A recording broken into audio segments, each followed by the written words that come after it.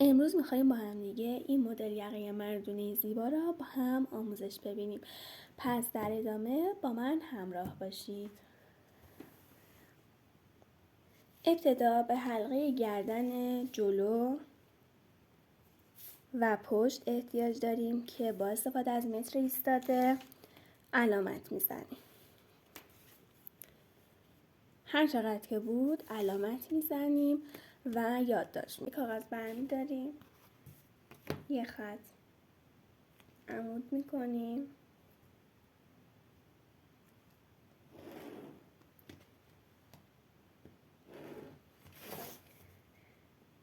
صفر تا یک به اندازه مجموع هلال پشت و جلو هست که از اینجا به اندازه 3 سانتیمتر شماره 2 نامگذاری میکنیم و از اینجا به اندازه 2 سانتیمتر که شماره 3 و از شماره 3 به اندازه 5 سانتیمتر بالا.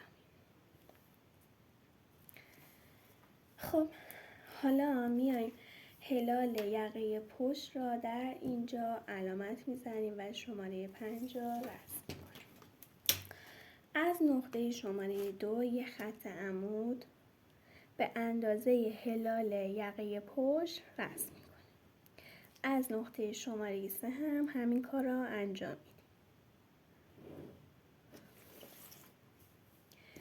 حالا میایم کادر این طرف را تکمیل میکنیم.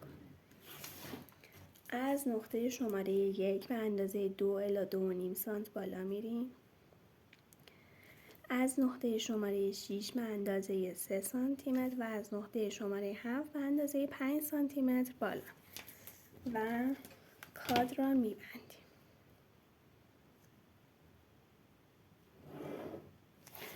خب حالا با استفاده از خطکش پیستوله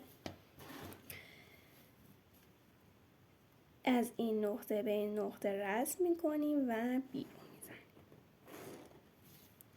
از این نقطه به این نقطه وصل میکنیم. خب حالا به اندازه دکمه خورمون که 2 الی 2.5 سانت هست بیرون میریم.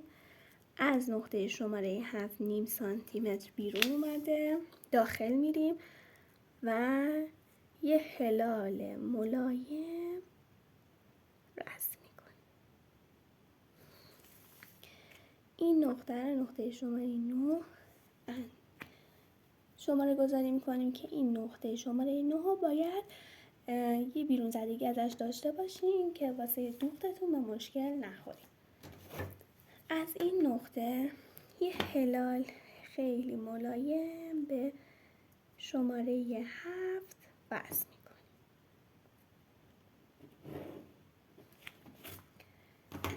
و از نقطه شماره 7 به اندازه 5 سانتیمتر بالا میریم و به این گوشه صفر میکنیم. شماره 8 را به شماره 9 متصل میکنیم. خب این قسمت دوریز کار، این قسمت دوریز کار، این قسمت دوریز کار ماست. خب الگوی ما اینجا تموم میشه.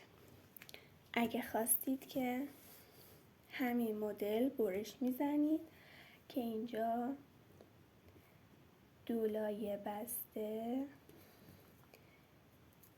اینجا هم دولای بسته، اینجا میشه پایه یقه مردانه، اینجا میشه برگرد یقه مردانه. ولی اگر خواستین که یه خورده یقه مردونه تو حالت تیزی داشته باشه، میتونید از شماره 8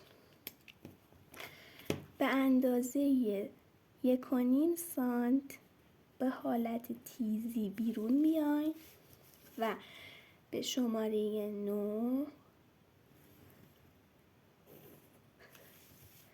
علامت بزنید و با استفاده از خط کشی پیستوله یه منحنی به اینجا رسم بکنید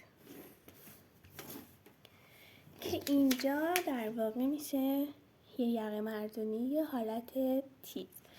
حالا با هم دیگه میایم اینجا رو برش میزنیم.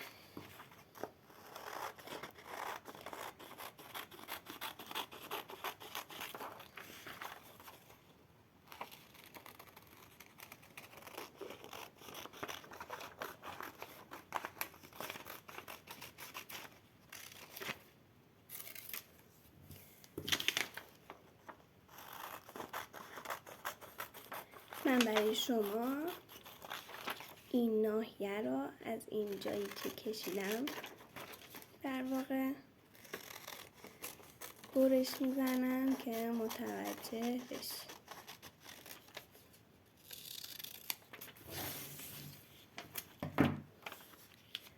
این شد یقه مردونه ما که بهتون گفتم حتما این شماره 9 رو علامت بزنید. این میشه یقه مردونه ما اگر در صورت تیزی خواستین باشه، ولی اگر نخواستین که این تیزی باشه میتونید از اینجا یقتون رو برش بزنید.